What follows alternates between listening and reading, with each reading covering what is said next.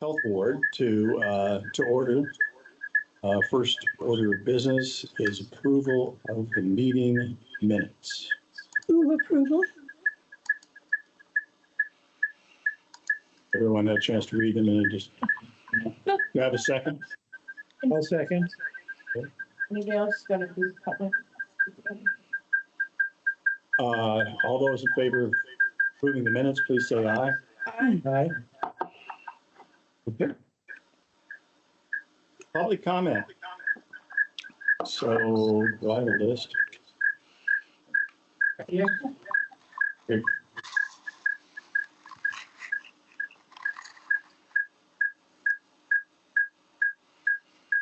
So I'm going to go by the order that you signed up on here. So Christine Brackenoff. My name is Christine. I'm a nurse and citizen of Monroe County. I was also the last LPN at Futures Family Planning Clinic, and before that, I had been a patient of the clinic. While I am thankful that IFHC announced plans to reestablish Title X services in Monroe County under its own structure, I am concerned by the health department's decisions that led to the closure of Futures. The clinic benefited patients from across South Central Indiana and collaborated closely with DIS. Many people continue to rely on this health department, and I believe you can strengthen connections with the experiences of public health workers and, by extension, the people they serve. Future staff members expressed concerns to Lori Kelly and Dr. Britton regarding the clinic manager vacancy that began in April. The remaining staff expressed concerns to Lori about taking on financial and managerial duties being reassigned to them without indication of a new hire. These unresolved concerns intensified and prompted the 2 August resignations.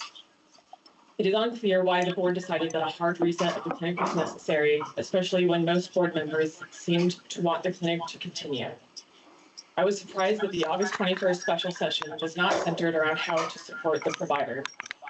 This could have resulted in at least some stability and continuity of care for patients.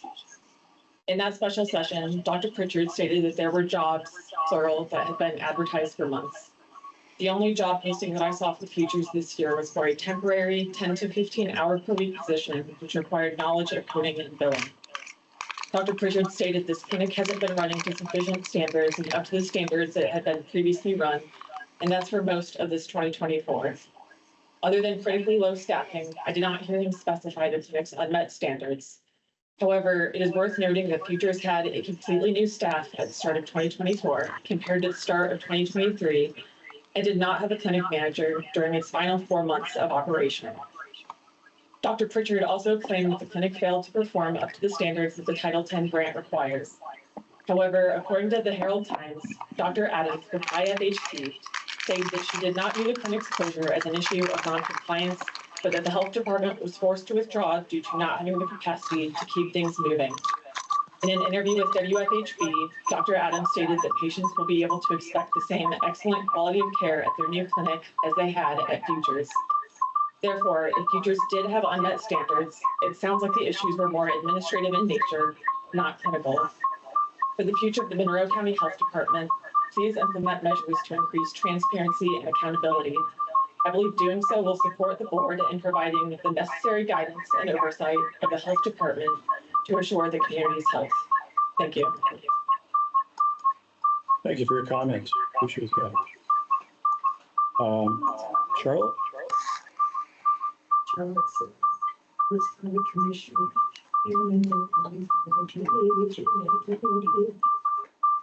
Took drugs. And I'm in this town. I am in for 5 years.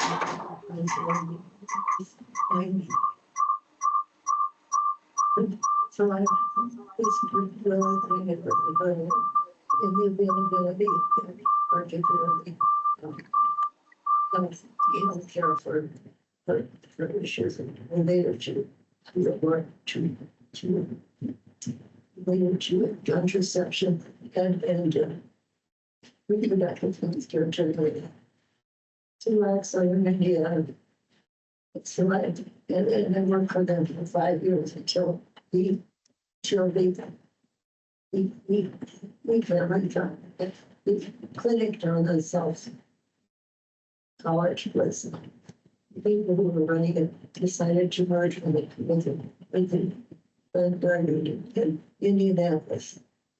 And that was an unfortunate merger, which I think has had really terrible ramifications.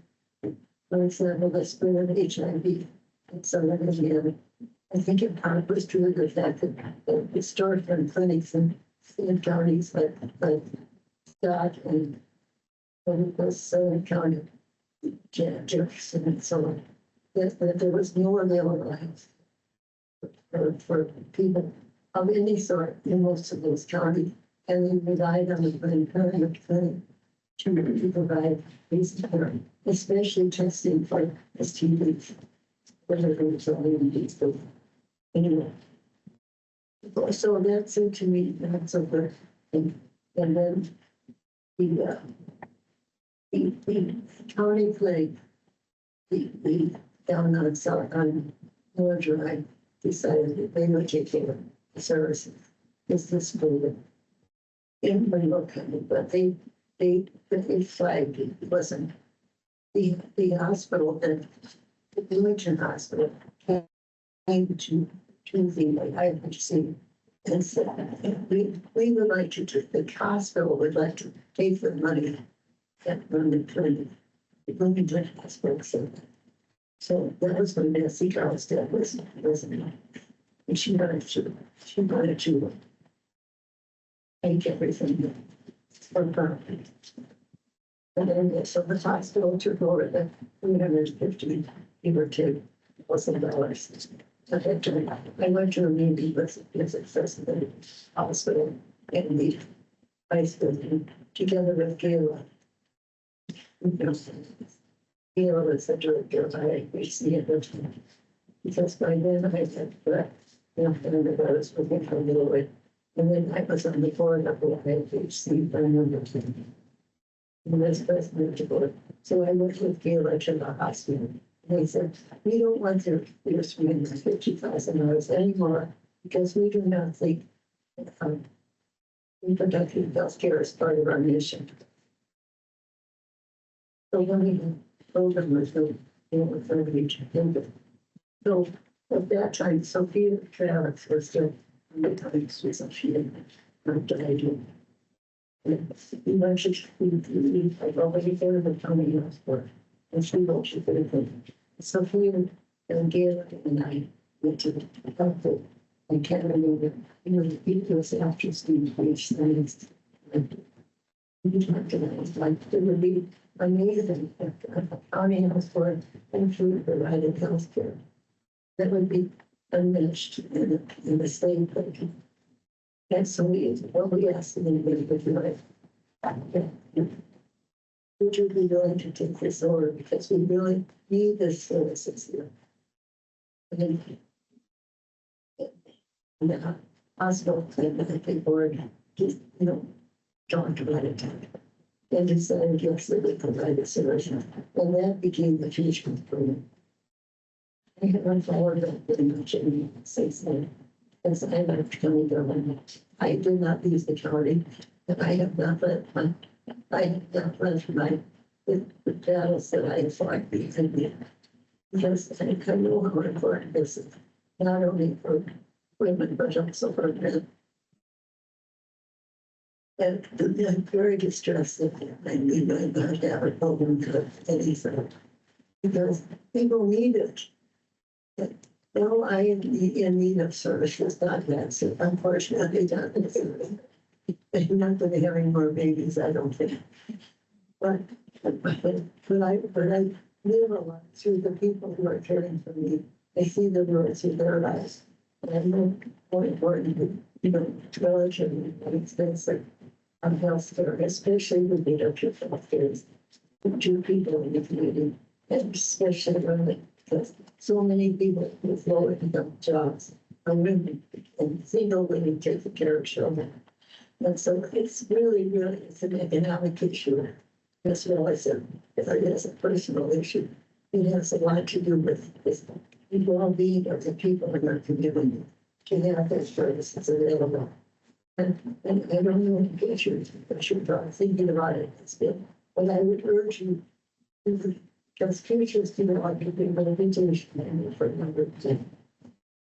I was very surprised to see it for, and we're trying to figure out how, about it, it's like, it's too, further, I get started with that, and a lot to do with this notion.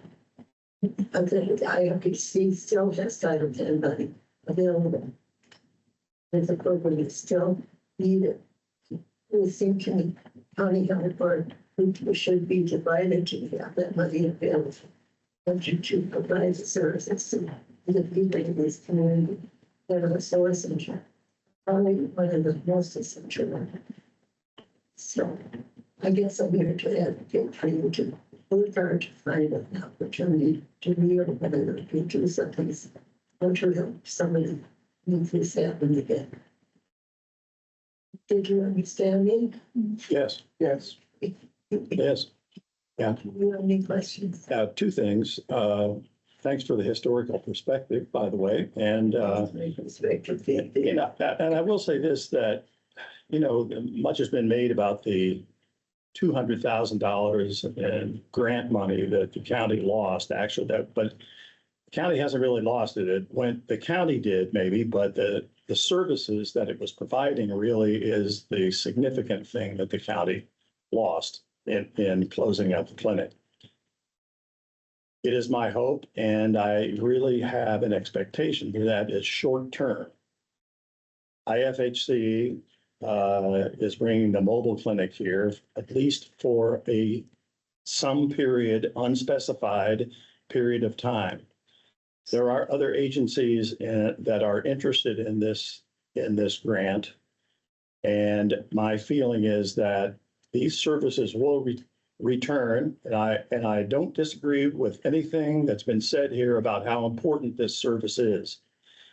I know that there are people that depend on this. I know that there are non-native speakers, and I think we're going to hear about that, maybe undocumented people that need this service.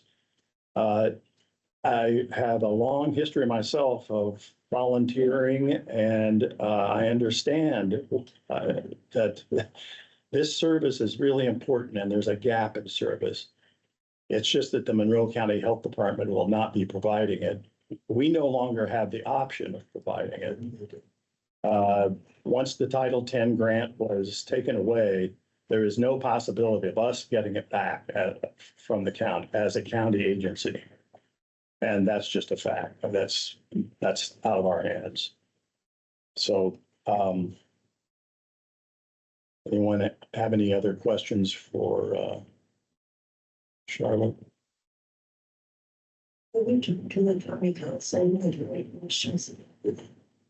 We've talked to the county commission and the county council about this Oh, yes. Oh, yes. Yeah, we've talked to them. a lot. Yeah, a lot, yes. So, I mean, no one is happy about this. I mean, it's, And they were aware, Charlotte, leading up to this, what was going on and the struggles. I know. I'm Sarah. And so they were aware leading up to the removal of the grant from our hands, what was happening and the struggles we were having with the clinic. It came as no surprise to them. They were just as distressed as all of us are.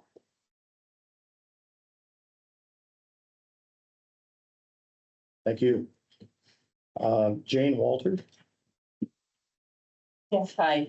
I'm speaking to you today as a resident of Monroe County and a longtime interpreter at the Futures Family Planning Clinic. And I believe that the Futures Clinic was a public health treasure that was all too easily lost. For me, Futures was a treasure for many reasons. First, the clinic began 18 years ago, and this is a part of the story I know, and Charlotte has given more information. But for me, the clinic began 18 years ago because the head of the health department, who was Bob Schmidt, He learned about the need from community members and then energetically took on a leading role to help make it happen. Second, Futures was a federally funded Title X family planning clinic throughout that time. Federal money working locally. Great.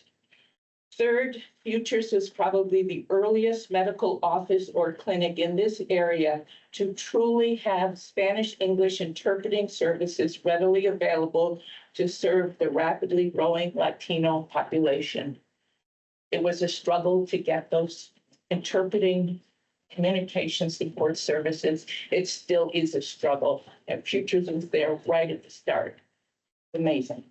I think it even got an award from the Mayor's Commission on Hispanic and Latino Affairs for that.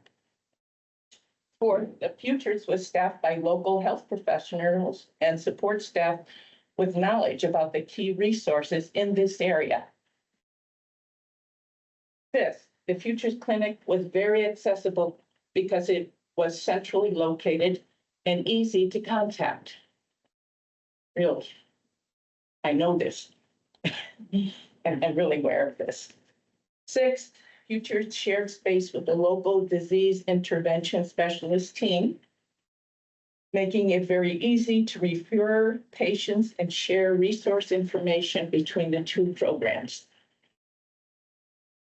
And most importantly, the medical attention provided by the nursing staff at Futures over the years was truly excellent in terms of competence, understanding, and skill. The clinic support staff was a critical component of that care.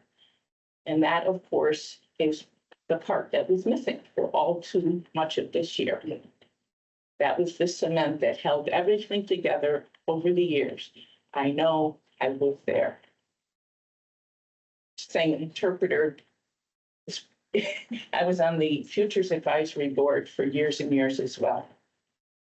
Of course, Futures had its challenges over the years during that period.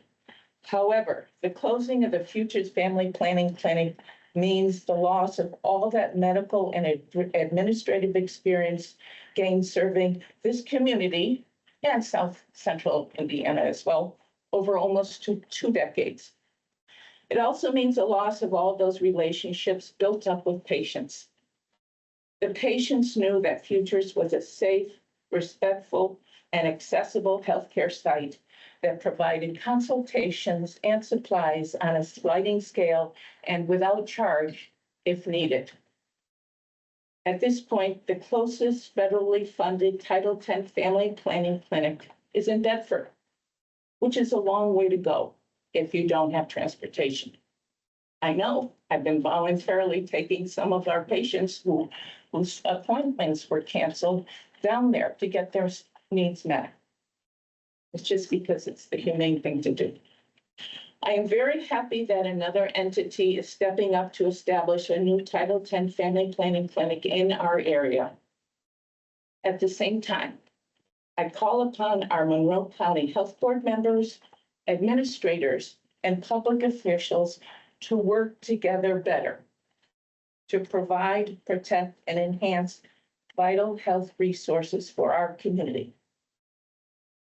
Nobody really seems to have talked to the staff enough. I saw what was happening, and I just would come in to interpret. They saw what was happening.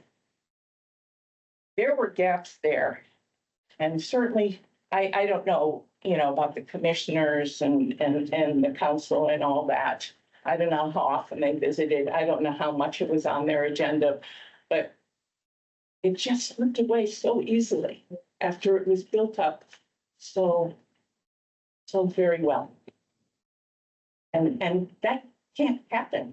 I mean, this community needs this. And yes, there'll be another clinic, and yes, they'll take their time getting going. And yes, we'll have a mobile truck coming and whatever. I don't know when. When I've looked on the website, there is no information yet about it. And I'm still trying to get back to patients who need to get, some of their birth control needs met, which could could take place there, but there's no information. You know, it's hard. It's a hard time. It's a huge loss.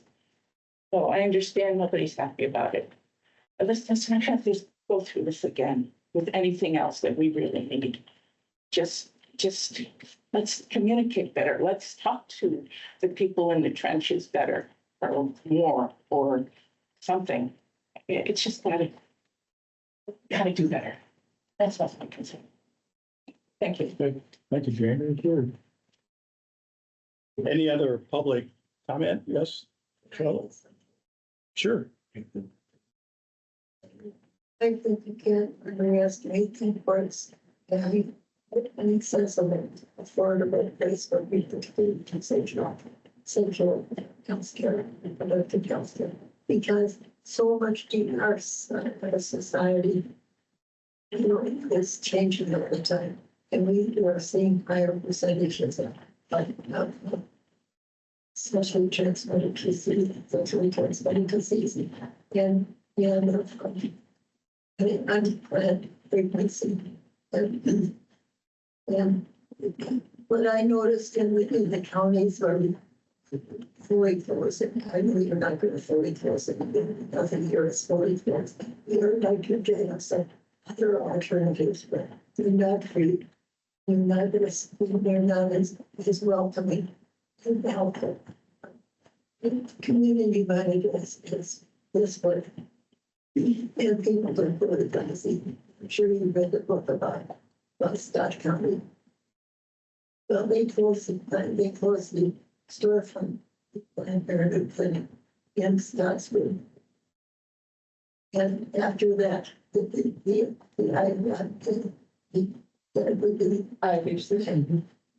they closed it. Yes. No, Planned Parenthood closed it. That was a storefront clinic. There were storefront clinics in Salem and Peoria and Scottsville and we got the money from Madison. Like there were 16 of them. They were just storefront clinics, but they were the only place that, particularly as well as done, we go for testing. And once they were going, we suddenly saw the HIV that was shoot up. And politically, what happened was that many of the conservative state representatives, which weren't very approving of things, they had been silent because they thought that the men, as well as the women, were being cared. And suddenly they were getting the services, so they didn't lay off. And it changed.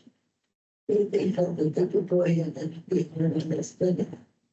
This was legislation. So this is a huge widespread, it goes deeper than just the business. It goes to the entire fabric of the communities. And that's that'll affect us. So I don't know what you can do, but I would say if there's anything that people have to do to champion the media, of course, as soon as the media company services again, and if the county could really push on that, I think it would be very helpful. And if I could help in that, I would sure I would do that. I just think it's so such an important. Thank you. Sorry, thank you. Yeah, well, the importance of the service has not escaped us. I'm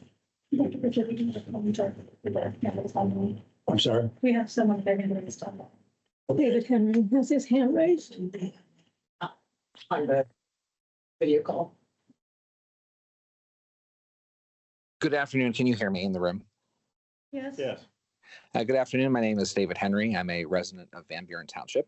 Today I'm calling in as a former employee of the Monroe County Health Department between the years of 2006 and 2007, where I worked for the late Bob Schmidt, who was my mentor in public health and public management early in my career. I am calling to join some of the voices in the room today at our shock and, well, frankly, bewilderment at the loss of the Futures Planning Clinic in the community. And I think that while I've heard some comments in the room that have lamented as well the loss of the clinic, I think it's really important to ask the questions why and how we got to this point. and to have those questions answered beyond no comment, which has been the message of the board and the state over the past month and a half. As reproductive freedom is on the ropes in our culture, the Futures Clinic was a tool in our toolkit locally, a government-provided clinic of services with no questions asked to those in the community seeking aid in their reproductive choices. And so I think it's important that we all obviously lament that loss today. And I think also, as Charlotte has mentioned today, that any student of history knows in our community that the clinic was never designed or set up to be a profit center in the county to generate self-sustaining revenue or other revenue streams. It is a public health service, and as many public health services are, they operate at the benefit of grant and the profit loss to provide that essential service to our community. So I think that's also important to recognize. Sadly, I think I can't really go much farther with any public comment, and I don't think many can until we get past speculation, because we have to fill in the gaps and we need much more information that I believe the board has been privy to since at least April about the operations of the clinic, the choices made to attempt to cross-train personnel outside of their specialties, and to have some public accountability as to how the managerial choices are what led to the loss of the clinic, not a loss of funding, not a cutting of a government program, but choices that led us to a place where hundreds of people in our community may have to venture far and wide to find safe services for their reproductive care. And so I think we need to get a little beyond this, the idea that while services may return in the community and they may be offered by other institutions that are already stressed in a public health and healthcare system that is under stress in our community, to get to the place where we have an understanding of what choices were made that led to the loss of the clinic, what public accounting can be made to the public on those choices, and the transparency that's required for civil servants and the general public to come to its own conclusions. It would be, I'd be remiss in saying without full disclosure that I am also a candidate for the county council and am likely to succeed Jeff McKim on the county council come January. And I view today in my comments as the beginning of a conversation about the clinic and not the end of one. But again, I thank you for the board's time and taking my comment today. Thank you. Thank you. Appreciate your comments. Is there anyone else?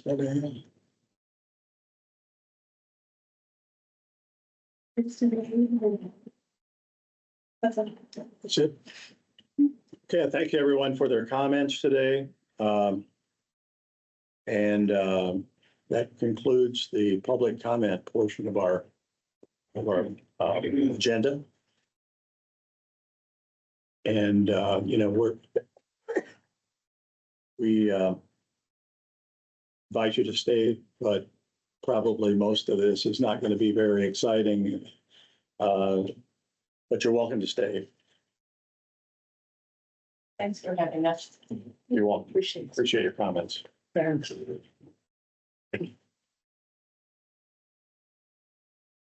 Department updates. Yeah, I think Lisa's online. So, there she is.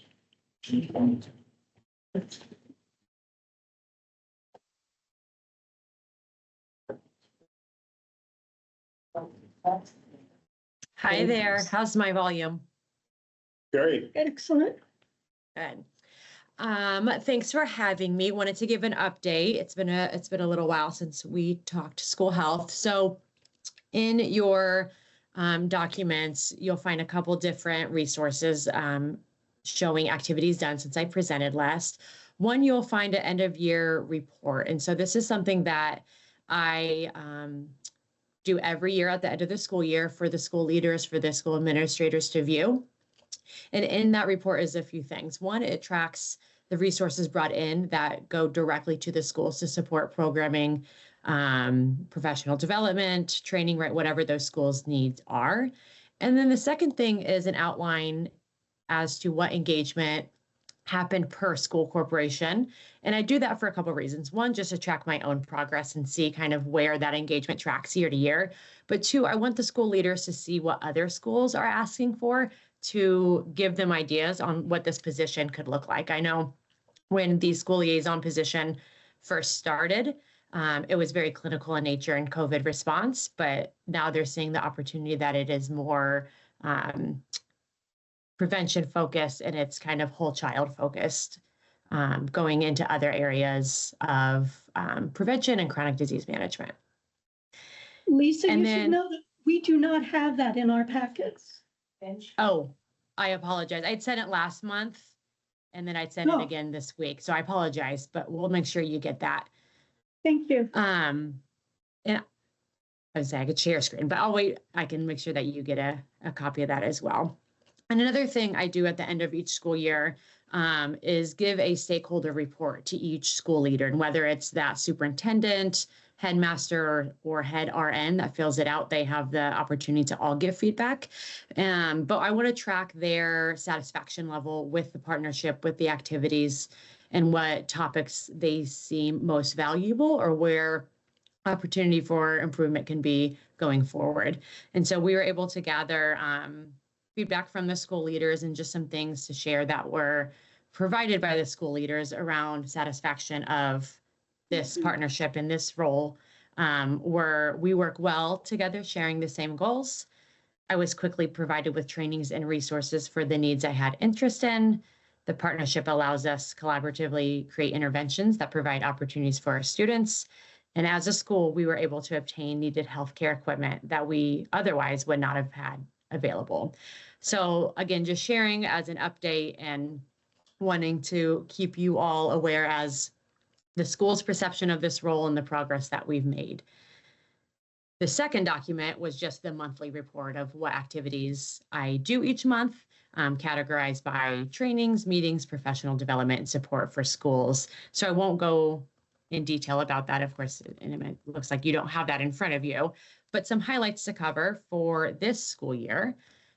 We have been able to be engaged with a few schools that in the past have not had engagement or have not even had a school RN. So it's exciting to see schools starting to invest in that position specifically.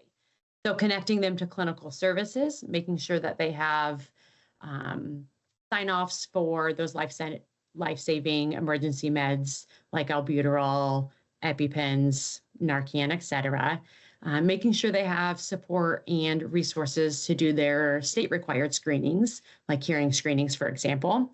And then communicating between some local pediatricians groups around how the schools and the providers are communicating back and forth regarding the new truancy law in the state. Is causing a lot of parents, right, to be fearful around missing more than 10 days, but making sure that parents are aware what's considered excused, what's not, what do you actually need a doctor's note for. And then making sure that schools are communicating well and in a manner that makes sense regarding diagnosis notes for student supports like IEPs and 504 plans. In terms of materials distributed in the past month or so, we were able to give hygiene items to schools. 6 schools took advantage of that opportunity. So toothbrushes, toothpaste, menstrual products, soap, conditioner, as well as deodorant. So a lot of them have some kind of pantry for items that students may need and may not be able to obtain on their own that they can just come and get right at no cost. And then 45 Stop the Bleed kits distributed this past month as well for schools as they're getting more equipped. A lot of schools are trying to get those Stop the Bleed kits beyond just where the AED is or just where the school nurse holds those in the event, right, that something does happen, making sure that they're distributed throughout the school and in areas that all teachers and staff and students could potentially grab those if needed. Professional development, continue to provide CPR and AED education to staff as needed, to teachers as well, and working to obtain 2 school nurses to become instructors themselves, making sure that there's sustainability built in, where if my schedule doesn't allow me to go do the training, they have someone in the building to make sure that everybody's certified as they need for both licensure or position requirements. And then continuing professional development for both health and physical educators, sending a few to conferences and some conferences specific to school nurses, just to make sure that they are up to date on what's best practice, what's trending, always ensuring that they still have continuing education opportunities, as sometimes within education budgets that may or may not happen depending on the school size and resources. And then looking forward to fall programming, some school specific events or education taking place that I've been helping and supporting. Walk to School Day, farm to school field trips, and then health education related to overdose and Narcan education and sexual and reproductive health. So that's happening kind of throughout the county at different levels, but making sure that the schools have the resources they need to implement those, or in some cases, I'd come in to be that health educator, guest speaker for them. And then while it's no longer a requirement of the grant from the state, still monitoring progress with our school leaders and convening them on a quarterly basis to make sure that they have an opportunity to learn from each other, to network from each other, and give them information on upcoming grants, considerations, communicable disease status.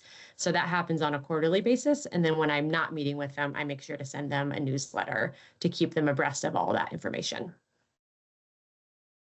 I think that's all. Any questions from your end? Yeah, Lisa, this is George Hageman on the board. Quick question. Who are the school leaders to whom you spoke in the earlier session, part of your report? Are they the board, or are they individual principals or teachers? Great question. Yeah, that varies school by school. For those with a registered nurse over their health services department, most of the schools will send that person as their representative. Some schools don't have an RN on staff, or it's a part-time role. So in those cases, it'll be the building like principal or superintendent or headmaster. So it's a variety of school administrators and clinical folks, but all of their kind of it's open. The meeting I hold with them, or who gives feedback at the end of the year, they can send it to as many administrators or key personnel that they want to have that information. Thanks, Lisa. Yeah, and Lisa, this is Sarah Reiterban, also on the board. We noted in our minutes from last month, when we did read through the report, that indeed you serve 3 other counties as well. And that in those Yes. in those 3 counties, there is also a local health department school liaison. So they are getting double service, as opposed to this county where Monroe County does not provide. You are it. And so the question really is, are we serving this county adequately with your services? Do we need someone who also functions from the either Monroe County School Corporation, acting in coordination with you? Do whoever you're speaking with feel that they are being covered, since we're talking about Monroe County, adequately within Monroe County when you're splitting your time with other counties? Yeah, great question. So my non-contracted time through the health department does oversee staff that work in Morgan, Lawrence, and Orange counties. And in Orange County, they are doing what we are doing here locally. So their school health liaison is contracted by that position. So they have one person in that role, whereas Lawrence and Morgan, there are 2 folks. And what we have seen in some of the other counties that have those kind of dual roles is, at least I can speak more so to one of the counties versus the other, but the health department serves more of the private charter setting and supports the public schools kind of as needed, but the schools, the public schools in one of our counties utilizes the school health liaison through IU Health. And we had that conversation with that health department too, to see if they wanted to contract. And just at that time, they weren't interested. But the one through IU Health tends to be more holistic, where the health department person tends to be a little bit more clinical. So that's the other counties. Here locally, I'm happy to continue that conversation. I haven't heard from any other school or corporation here that they aren't getting what they need or they're needing more than I can give to them at this time. And as I broke down kind of in that report, I want them to utilize me more. Like I do have the capacity to help the schools more. Some of them may only, connect with me if they need a material item, where others are including me in kind of goal setting or program planning or more technical assistance. So at this time, I don't feel stretched, if you will, in my contracted time through the health department to support the schools. But it's always something that I'm open to further conversation. The other question I have for you is, as we see trauma as a major problem with children from a very young age all the way through high school, how much of your effort can be coordinating some kind of trauma care, since we know that our trauma specialists, and especially those who are being funded through Medicaid, are few and far between. So I'm wondering, are you having a struggle to find adequate trauma care for the number of children who are suffering from trauma? And I'll only talk about Monroe County for that matter. Yeah. So I think in terms of the mental health supports in schools, they would always take more, right? They need more social workers. They need more therapists on site. And our local school corporations, at least the public ones, do contract out through mental health agencies to provide on-site support for their students. But there are definitely ways that I've worked with and supported them in that space. And so one of our schools, for example, are wanting to do more regulation, like skill building and spaces for students to make sure that they can, effectively manage those emotions and learn those techniques. For one of our schools, or actually multiple of the schools in our county, I've connected them with suicide prevention training, as well as youth mental health first aid, because they're saying that their teachers need more education on how, adversity, trauma affects students coming into the classroom. They see it, they don't fully understand it, and how to help support the students to be more trauma informed in their teachings and in their discipline. So we are having those conversations. I would say a little bit less now that a lot of schools have invested in creating more infrastructure within their own staffing to have more social workers, more life skills specialists on site. And thankfully, the state and other agencies throughout the years have put up a lot more funding for that. Lilly Endowment, SAMHSA, right? There's a lot of agencies that have trickled money down into Indiana so schools can be a little bit more equipped to provide that care as well. But yeah, that's definitely a topic that gets brought up, and it depends on the school on what they're interested in doing. But I'm always trying to support them to other trainings or help for them write a grant if needed to better support their staff and therefore their students as well. Thanks.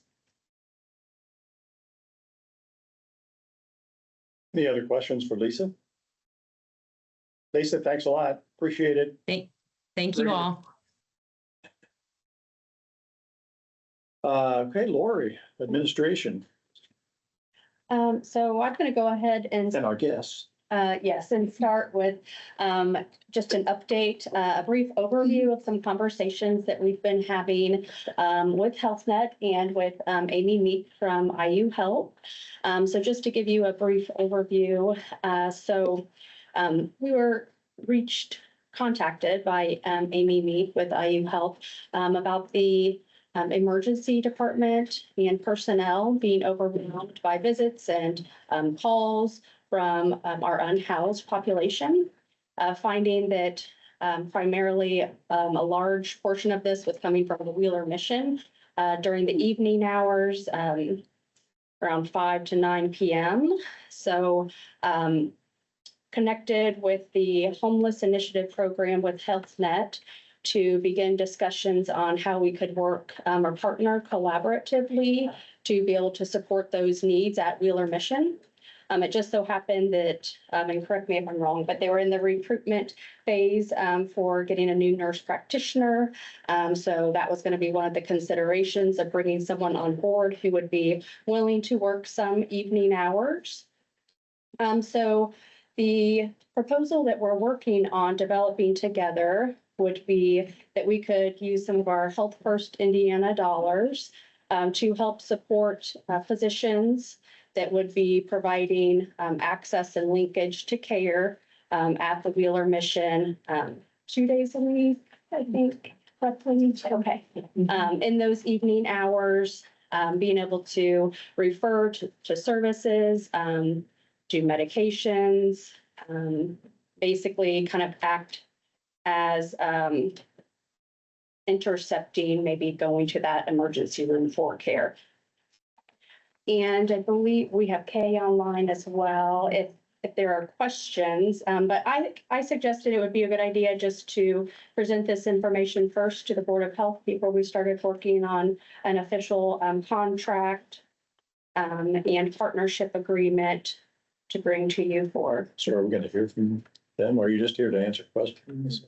Whatever you want. Well, I'd like to hear, you made this trip, so, if you have something to contribute, yeah. You want Kay? Or do you want to go? I can start. And then, Okay, yeah, go ahead, Melissa. This is. I'm Melissa Burgess. I am a social worker. I'm the coordinator for our homeless initiative program, street medicine team. So we provide acute medical and psychiatric care for the unhoused community in Monroe County.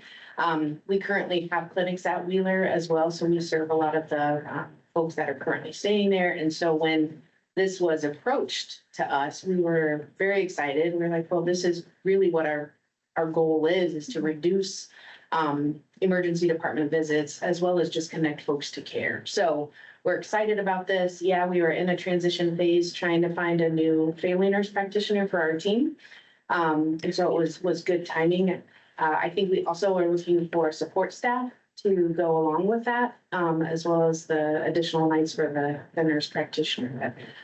We're excited to be here and thank Lori for helping with the support. So Kay Wiles is our director. Abby Wantz is our family nurse practitioner lead, and I think they're both online. So I don't know if you guys have anything else to say. I don't. We just appreciate the opportunity to be able to help in this capacity, make services more efficient, more respectful, and less costly for taxpayers.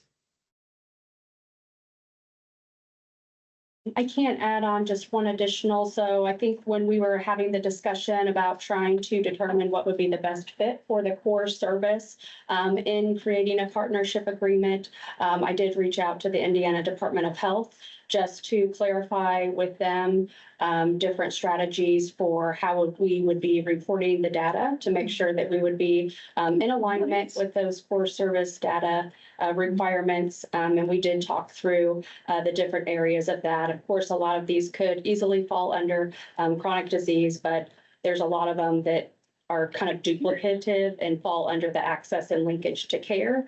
And there is another other option to where we could provide more specific information if it does not exactly fit into one of the areas in the core service tracker.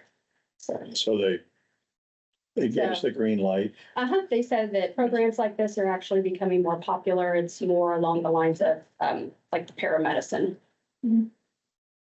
So do we need a motion to explore Can you this? any more questions? Yeah, well, sure. Thank you. So I'm very excited because I certainly see the Wheeler Mission folks on the street and I'm really concerned about their well-being. I'm wondering, have you all considered sort of a pop-up clinic in the, and I don't know if there's any room at the community kitchen or any of the other, I mean, I know Shalom has that kind of setup and will have that in abundance when they move in. When they finally move into the new building, that there will be a clinic, and that's great. But in the meantime, I certainly see people headed to the community kitchen at numerous times of day, and it's very clear that a lot of people are suffering who are there. So I'm wondering, has that been a part of this initiative as well? Yeah. So we hold clinics at Wheeler Mission. We're also at Middle Way. We're at Crawford permanent supportive housing program. And then we also hold clinic at the downtown library, but then we're also on the streets. So our providers, our family nurse practitioner, as well as our psychiatric nurse practitioner, we take them into the encampments throughout Monroe County, as well as we can't see folks in Shalom. We're at FQHC, which is a federally qualified health center. So it takes a long time to get through some of the red tape to have our providers actually provide care inside a facility. But we see folks, outside of Shalom, sometimes in the parking lot, to get creative. When Beacon does open their new building, we will have a clinic inside there as well. So we've tried to kind of identify kind of the high need areas. Community kitchen is not, we're not there technically, but we serve On the street. the folks that go there. Yeah, they go there to eat and we see them in their homes in the streets. And can you give us an idea of how many people you are serving every week, month, whatever? A lot. We serve, I think total, since the end of 21, we've served several hundred people. Our psychiatric nurse practitioner and our family nurse practitioners have seen over 300 people, just within the last year. So there's no shortage of need, of course. We're excited to have a new family nurse practitioner on board so that we can continue to just expand. So you've gotten another? We do. Congratulations. Thank you. Thank you. Willing to work evenings. Who is willing to work evenings? Oh, well, Which, again, that was part of the deal, we are hopeful that this will happen, and we approached it, and he was like, yeah, I'll do evenings. Super. Great to hear. Yeah. Great program. Thank you for your service. Thank you. Thank you guys. Thanks to Lori for bringing this up. but we need a motion to support moving ahead with some sort of, What are I mean, we I- looking to? Yeah. Exactly. I suppose you could. So sort of my timeline here, with, your approval, I guess, to move forward, I was gonna work, on developing the contract, just getting all of the paperwork in line, of course, running that through our legal department to then be able to bring that to the board for official approval in October. It will have to fall into that 30-day public posting to just be in line with Health First Indiana, which would put us about to November. But then we would take it through the county processes for approval and start the program in January.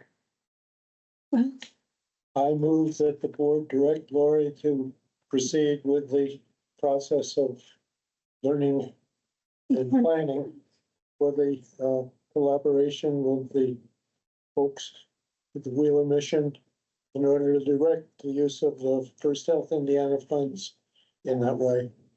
I'll second. Yay. Get out.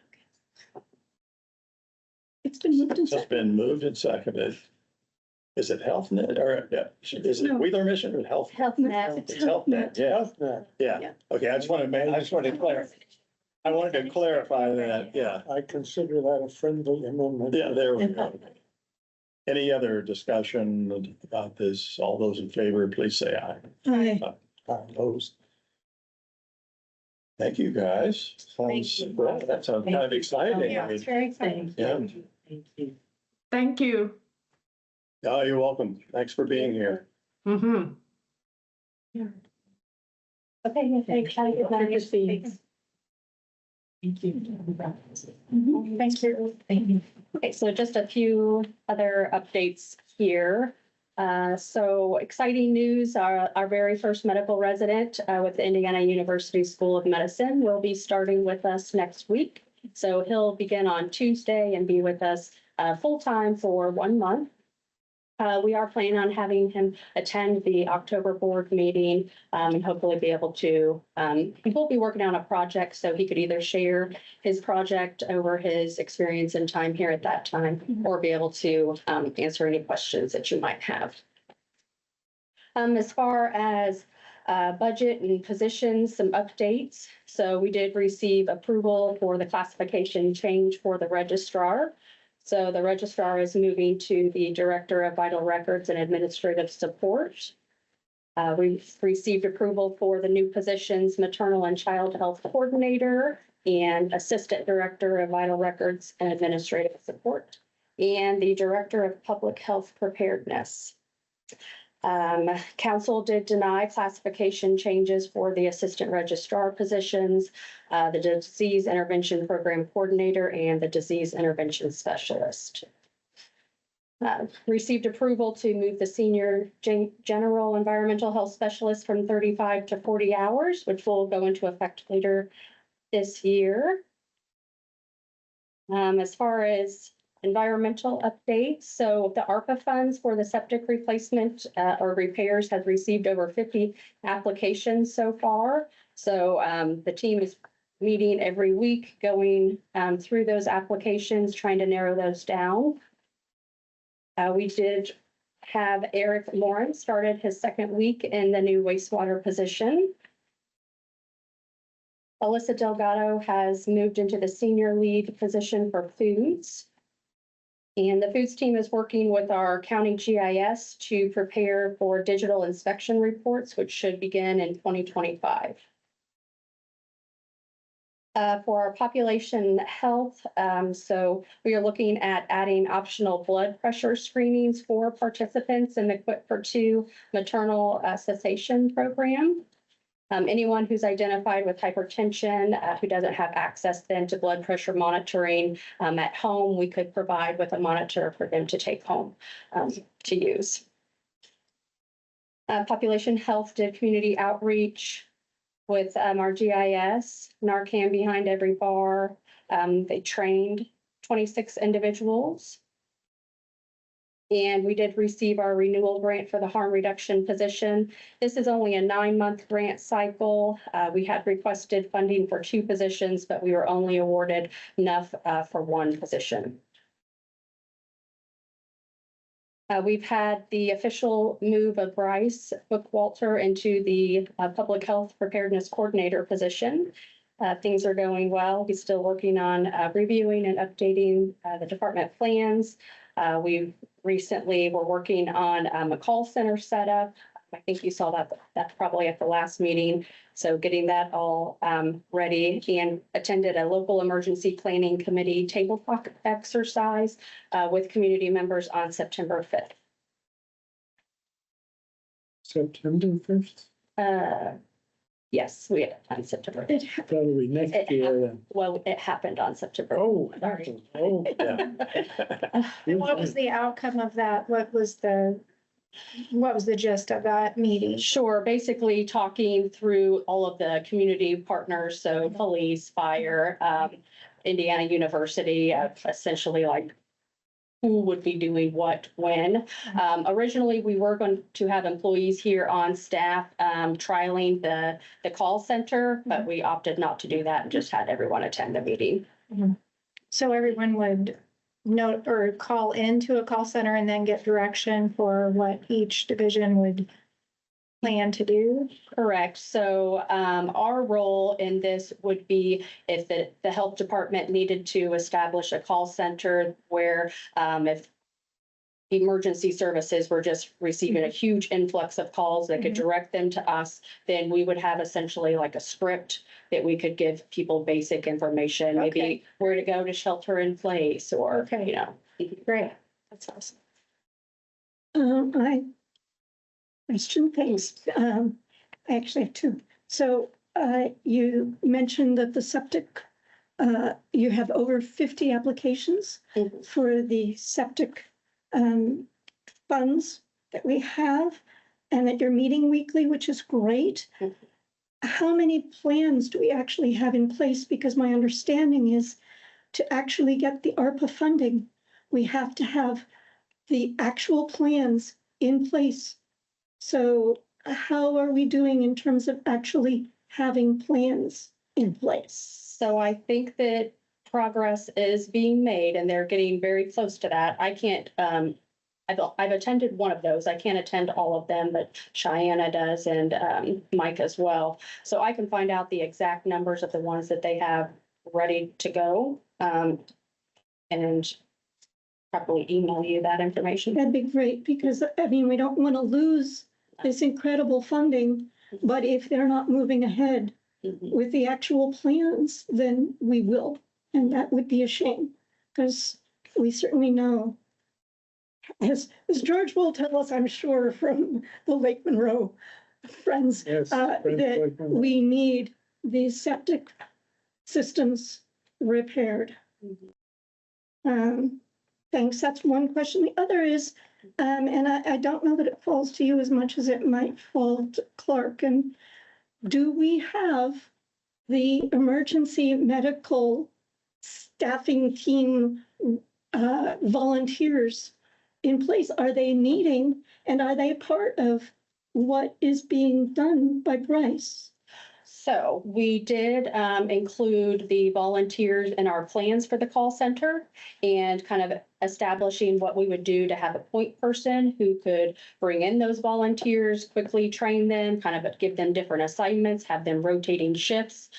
So we did not bring them into this actual meeting, but we did discuss how they could fulfill assisting us in their capacity. And who's been identified to actually do that? So Avery, our MRC coordinator.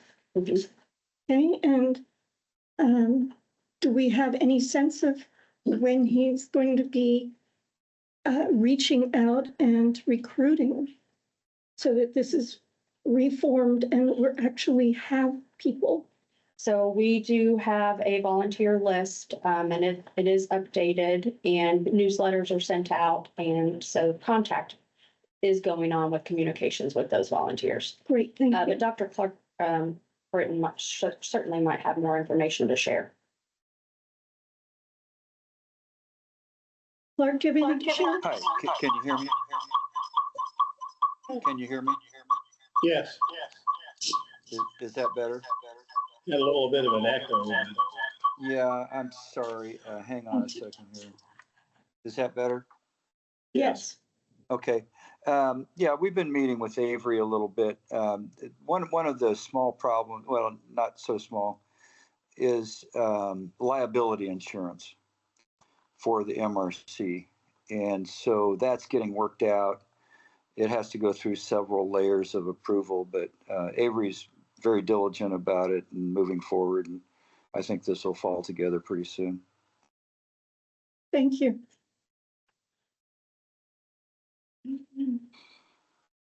Liability insurance for the volunteers. Okay, got it. Yeah, for the MRC as an entity and the individuals within it. I'm curious, doesn't that fall under Good Samaritan if they're No. volunteers? Why is, Partly. we'll turn to our partly. attorney. Why is that? Not exclusively, not exclusively. I don't know. Okay, I would think that if they're volunteering, that unless they're actually harmed themselves, that whatever actions they're taking as medical volunteers would fall under Good Samaritan. One would think.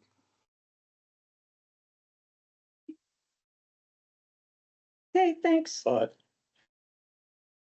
somebody also does things. I'm thinking that if a volunteer tripped, then they could sue us, then that would be a liability for the county perhaps. And that's the only piece of liability that would be on the table here. And that would be included in the liability process as part of it, yeah. Can't they sign a waiver? Thanks. All right. Is that it, Lauren? Yes. Thank you. Quite extensive, a lot of information today. All right, old business, the IU Public Health Clinic contract. So Lori and I have gone through several parts of this contract and tried to answer some questions. You know, we brought up a couple things like space rental and other things, and I'm, you know, and it appears that we were paying for space prior to this, but one of my observations is that as news spread of the Health First money coming into these departments. The county and our partners are pulling money back in other areas. Or where we had a partnership before, suddenly the partner is drawing back in one area so that we have to support it more fully. And I'm wondering if this is happening everywhere, all over the state, which wouldn't surprise me at all. This is part of the, I'm sure, unintended consequences of the large infusion of money. But I'm going to let Lori address a couple of these things specifically, like things that we talked about in the contract that. Oh, sort of the history. And well, that and why it seems to be taking such a big jump this year. Part of that is what I just said, but. Yes, so historically, from my understanding and conversations that I've had, the county and IU Health, because it was a partnership, they were essentially sort of like sharing costs, putting in sort of 50-50. So years ago, the funding that the county was putting in was significantly less.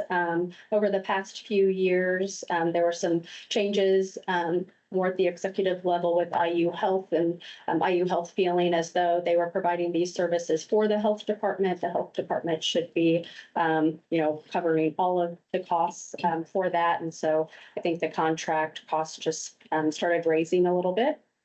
Previously, one full-time nurse and then 2 part-time nurses. If there were additional grant funds, such as when there was additional COVID grant fund dollars, then those grant dollars were used to cover support staff, such as PRN staff, to help support the clinic. And so it looks like the budget that we were provided with for 2025, it does break up the health department contract with the grant funds that we still receive, but there are additional positions. We have now 3.9 employees, 1.8, and then a mixture of employees that are anywhere from 0.1 to 0.6. So I think that's adding to some of the additional increases in the costs. I have also been providing a lot of funding for supplies, which I don't think was typically being done necessarily in the past. And so I think that that's kind of added some additional costs that we have been covering. Remind me what the jump was. It went from 220, so to 3, so 25. So for the nurses, 290, and then the school liaison contract is 70,000.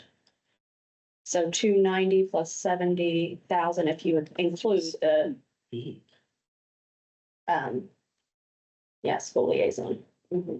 So $140,000.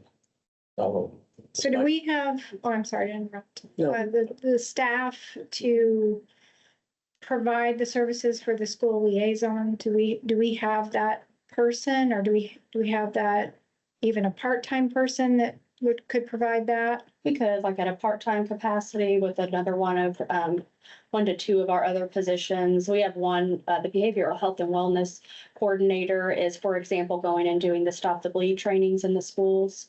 Okay. And it's written into that job description that they can support those functions. So what piece of what Ms. Greathouse is doing is, is that a second position, or is that her position, that 70,000 is for that school liaison position? So that is for. Or an additional pool? No, that's for her, that's all for that's for Lisa, our contract with Lisa.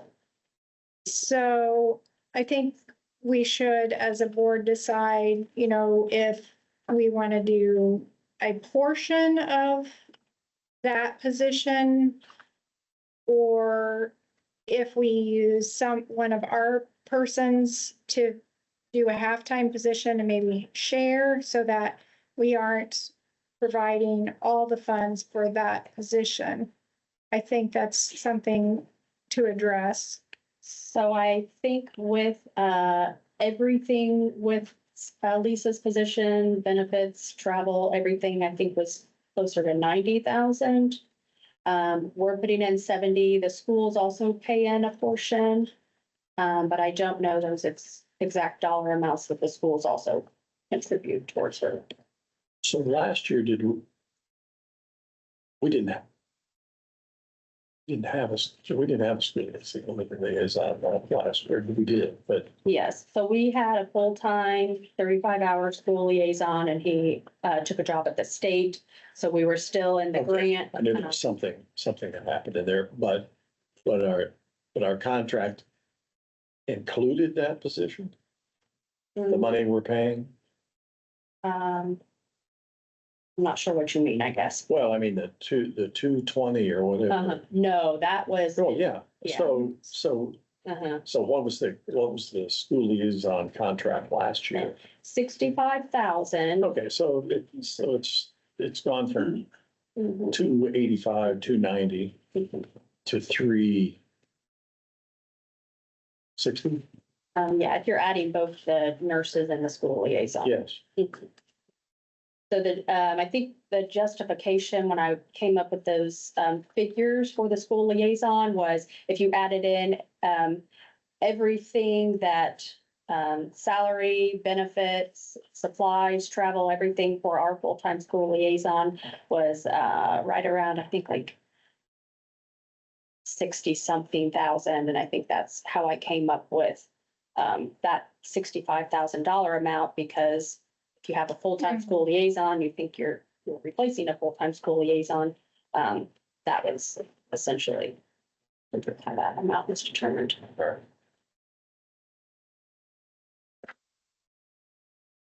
Okay, well, you still have to do. Are we feeling that we need to further negotiate this, or, I mean, the contract is probably, it is what it is. Actually, we have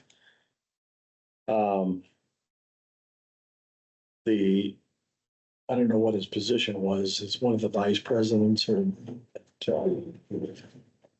reached out to us to talk about additional services that they might be able to provide because of the Health First money. And Aurora was gone and I'm going to be gone. So we told them that possibly by around the middle of October that we could meet.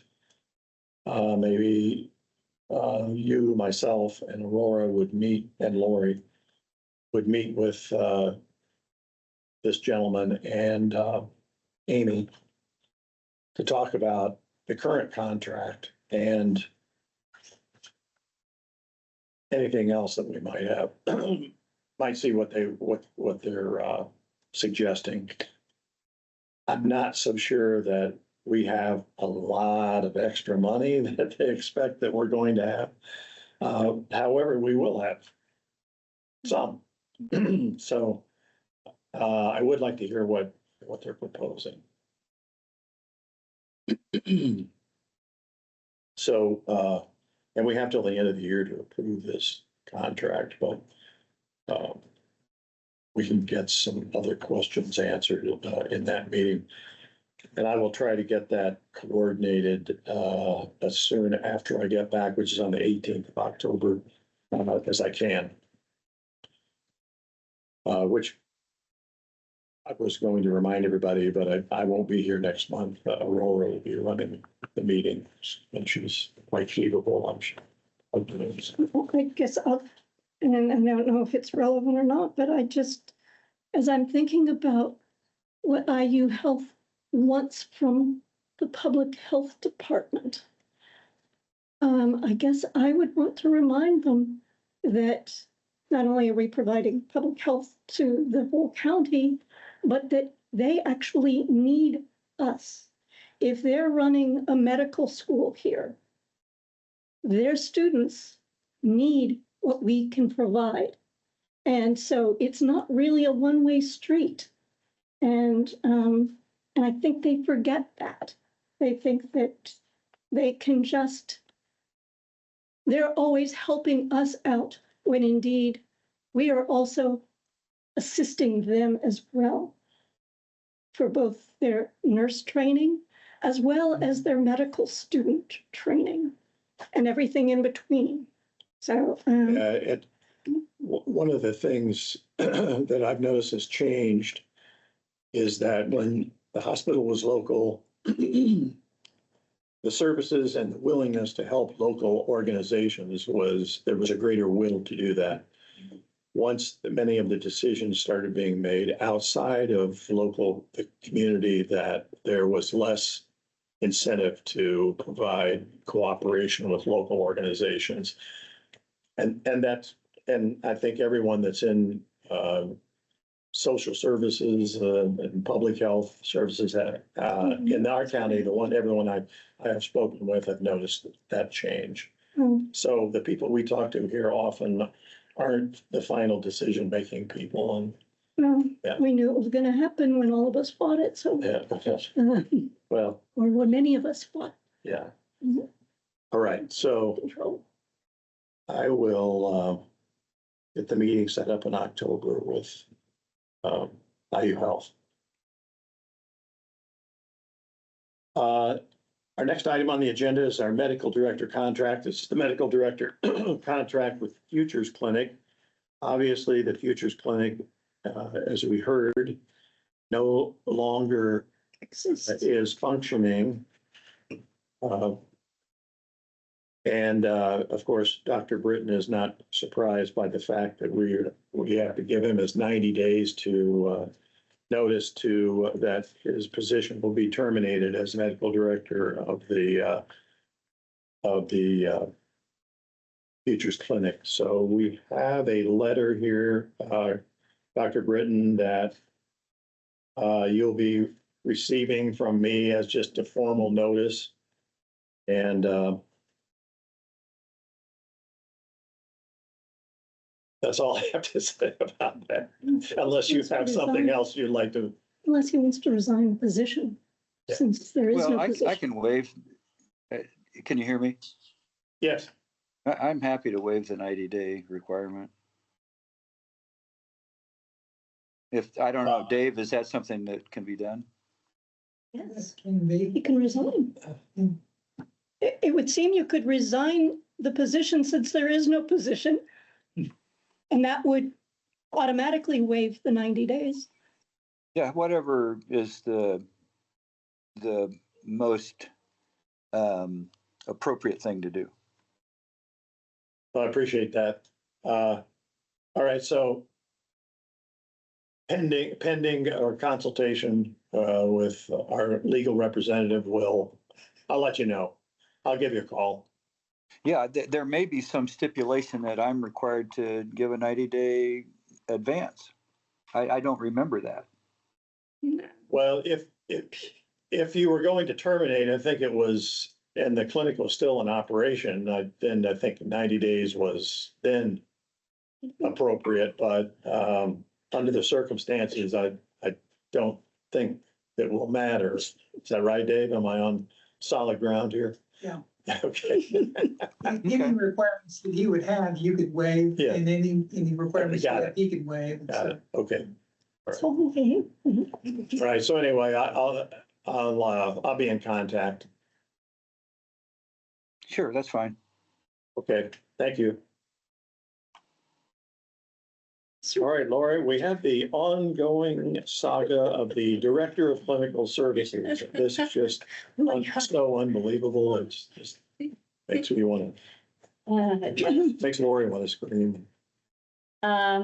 So some changes have been made, but they still need to go through members of the council and Molly before you can actually officially approve these. So this, originally, the intention was that this was gonna be ready for you to vote to approve tonight, but that's not the case. So, Molly's looking at, trying to establish a meeting with myself and someone from the board the week of September 30th to, finalize the updates and changes. So, primarily, this was just removing the language that pertained to the Futures Clinic. So one, change to the org chart that could be considered and that we could discuss, since that futures isn't there, moving the population health with this health services, clinical services under the org chart, to have all of those personnel working together essentially under that division. So that hasn't, there's no drafts to that on an org chart, no other changes, but that was one consideration. Again, just trying to streamline, creating those director roles that can kind of manage, and then having supervisors that can oversee day-to-day operations.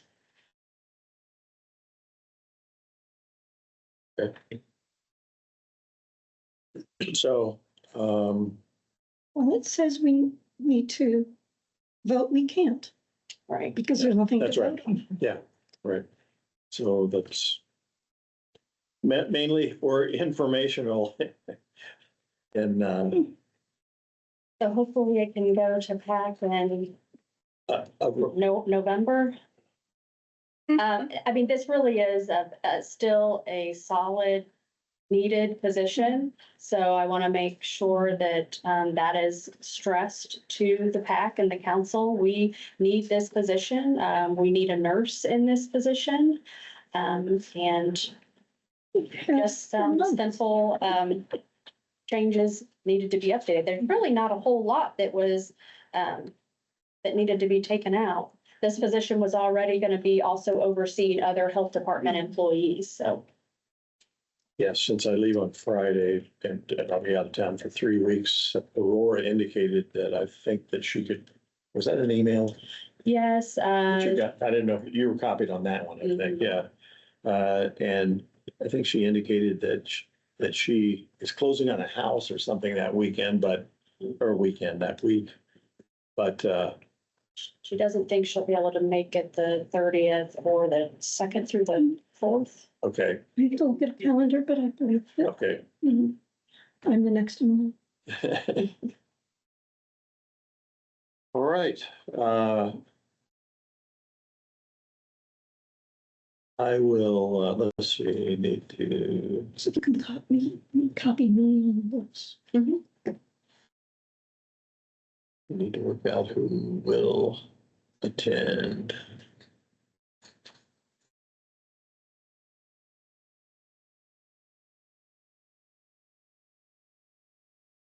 New business. Do we have any new business? No, unfortunately not. Can I bring up, or should that be as part of comments?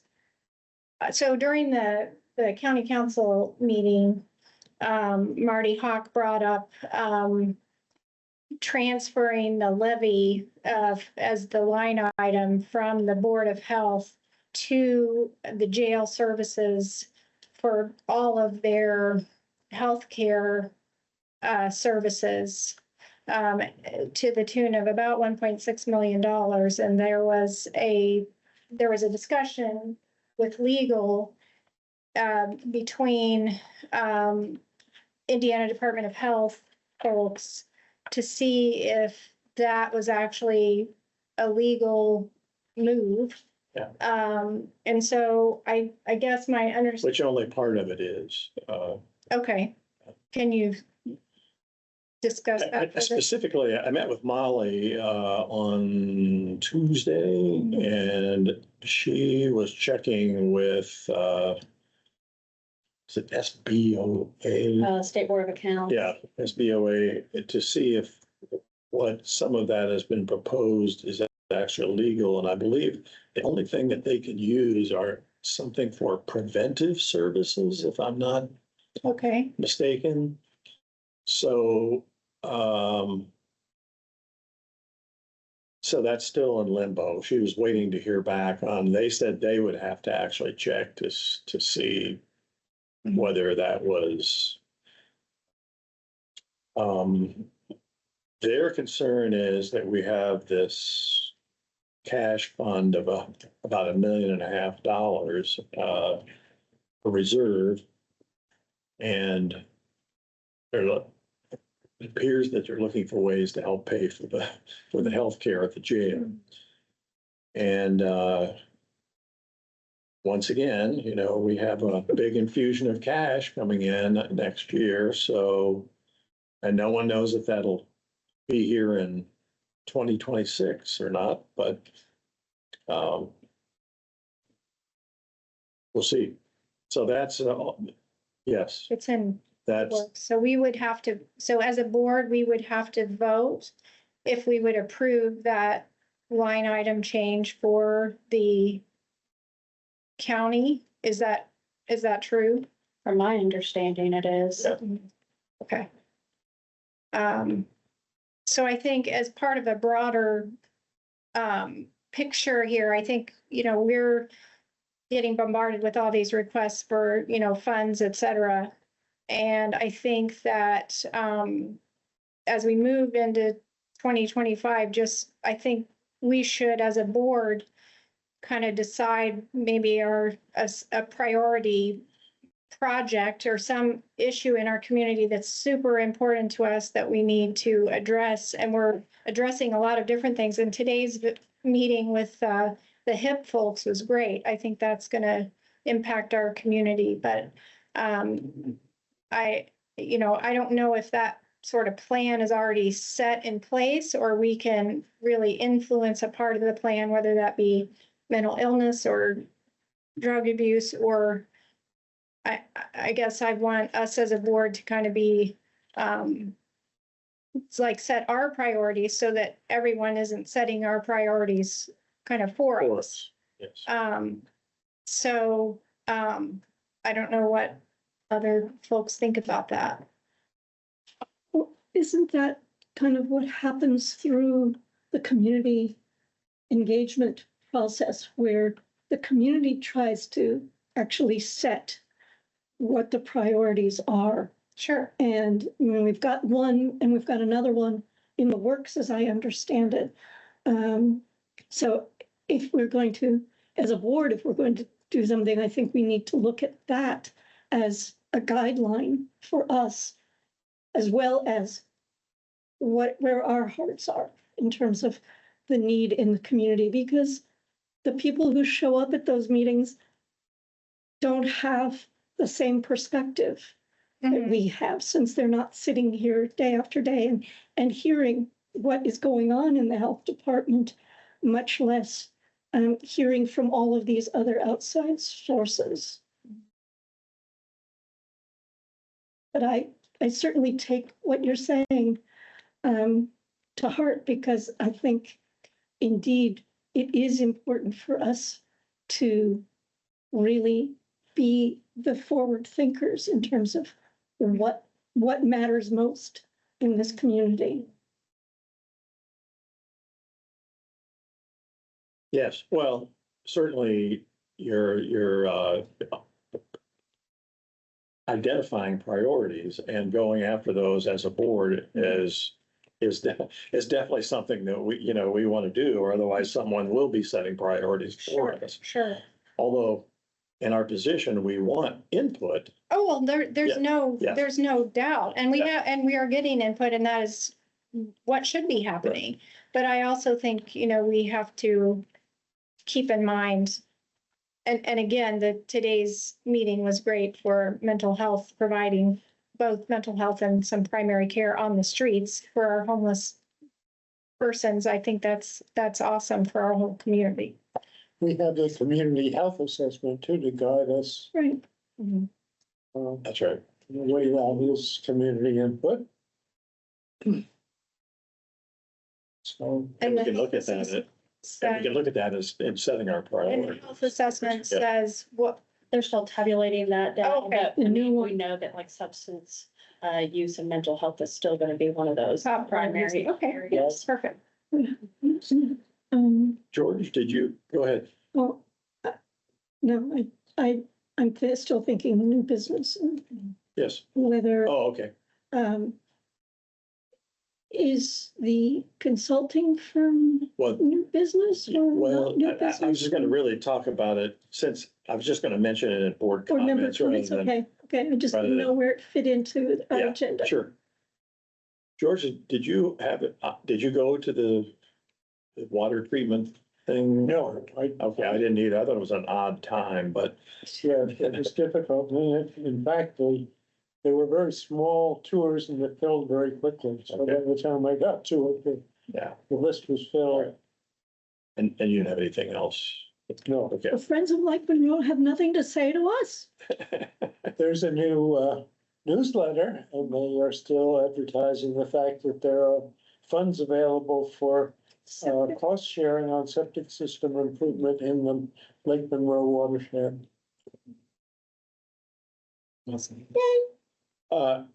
I don't know. I sent the email only this afternoon, so if you didn't have an opportunity to see it or read it, I wouldn't be surprised, but in this meeting with Molly, and it was with Molly from legal, Kim Shell from the administrator for the county council, and myself, And E, yes, thank you for reminding me, because actually it was, she's the one that suggested.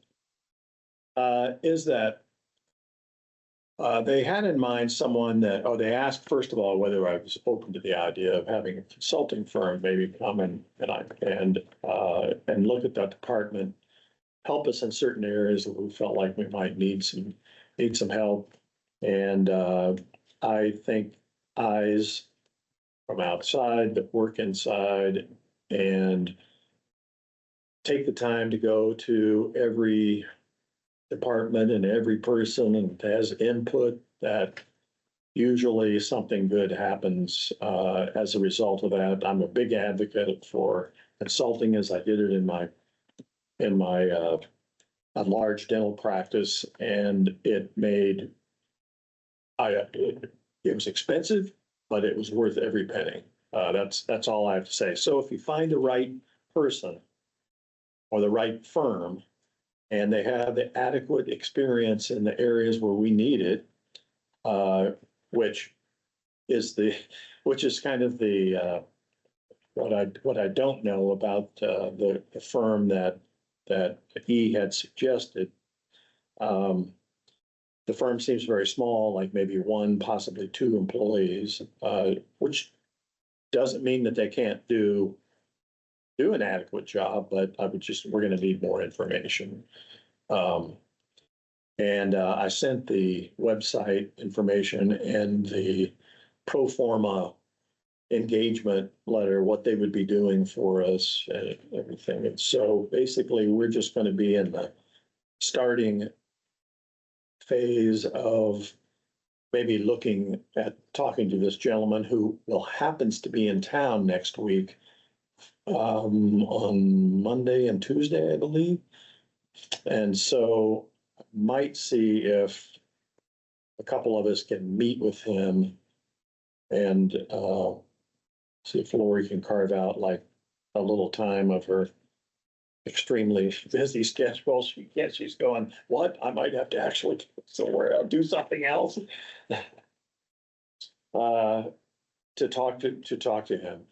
And I mean, the website was very interesting.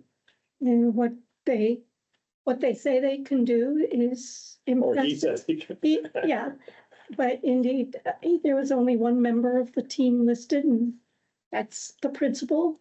Whether he contracts out to people that he knows and trusts to fill in the gaps rather than keeping them on full time may be how he operates, since he clearly has a lot of experience at the state level with public health. And so, Did you have a chance to click on some of the other links up at the top? I think did. he's done some Yeah. work with the Maryland Department of Health. I mean, he's got a very impressive resume. I just I can't imagine how he could do this all by himself. And so my guess is that he contracts with people on an ad hoc basis to fill in the gaps so that he doesn't have to do it all himself. That certainly would be something that we could ask him, like, is this, how do you do this all yourself? Yeah. So, So that, would this be to take some managerial type things off of Lori? no, it would be actually just, yeah, it's like a 360 look at every Aspect. operating procedure, standard operating procedure, and how things are done, and personnel, admin, all kinds of things, and see what's struggling, what's not working so well, what's working great, and give suggestions or say, in the past, this has worked, this has worked. I'm suggesting you do things this way. Why are you doing this? Like that, force you to do some self-examination. You don't always want to hear what they have to say sometimes, but Are there other health departments that are hiring these firms currently in Indiana? yes, there are other firms that have consulted. Almost any business has any type of business. There's a consulting business that, services that area. Sure. You probably have one for medical practices. Yeah. Sure.